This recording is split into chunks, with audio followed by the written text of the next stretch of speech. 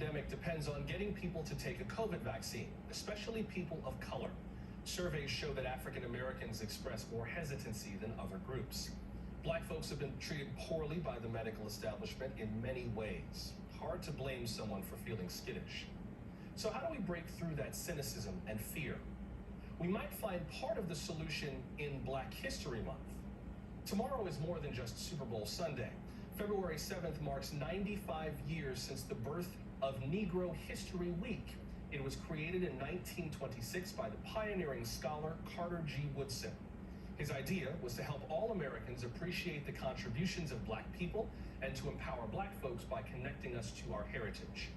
That heritage includes the fight against disease. A vaccine gives your body a weakened virus to fight.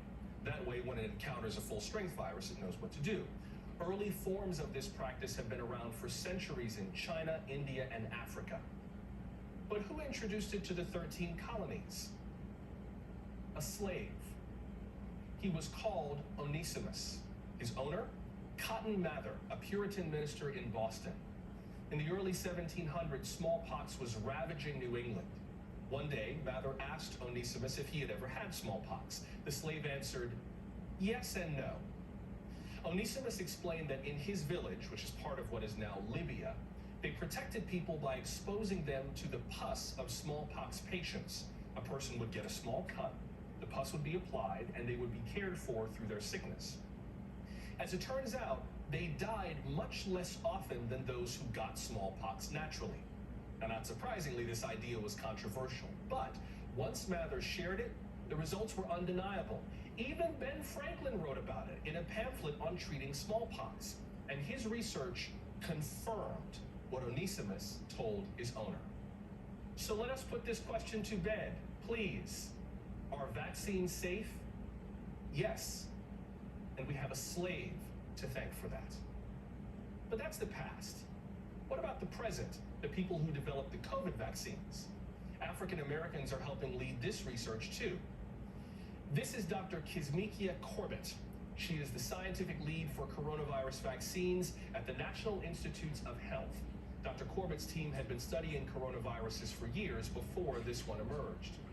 Lately, she's been talking to the public about the vaccine a lot, including the pace of getting people immunized. She recently gave a reality check on the complaints over that pace during a webinar. It makes me so sad that people call any of this a failure.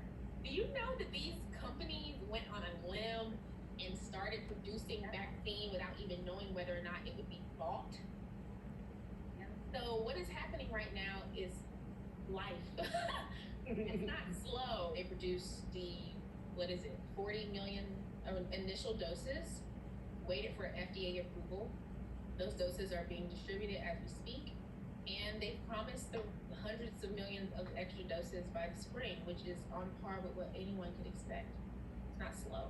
It is absolutely on time and very generous. So, can Black folks trust the people behind the vaccine? Yes. Those people have included us for a long time. If you look at historical figures and think, there's no way I could do what they did, then you're missing the point of history, Black or otherwise. Dr. Kizzmekia Corbett would have every right to feel out of her league, except that a slave called Onesimus paved the way. Racial justice protesters would have every right to feel out of their league, except that Rosa Parks and Dr. Martin Luther King Jr. and Congressman John Lewis and so many others paved their way. And because their achievements benefit everyone, you are a part of their legacy, no matter your race or color. If they did what they did then, imagine what you can do now. Dr. Carter G. Woodson wrote many books, including The Miseducation of the Negro. One passage feels very appropriate, especially after the attack on the Capitol. Supporters of conspiracy theories and extremist groups may want to heed his warning. It's aimed at Black people, but it applies to us all.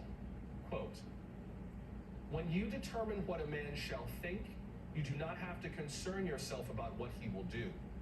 If you make a man feel that he is inferior, you do not have to compel him to accept an inferior status, for he will seek it himself. If you make a man think that he is justly an outcast, you do not have to order him to the back door. He will go without being told. And if there is no back door, his very nature will demand one. The next time something online gets your blood boiling, put it to the test. Does this make me feel like an outcast? Angry? Bitter? Dehumanized? Vindictive? Cold? If so, then you might be on a dangerous path. Conspiracy theories might feel empowering, but the truth of history is ennobling. History makes me know that I am a part of this world, not apart from this world. Some may try to cast me out, but I am no outcast. I am an American. I own my history. And I'm not afraid to write a new chapter along the way.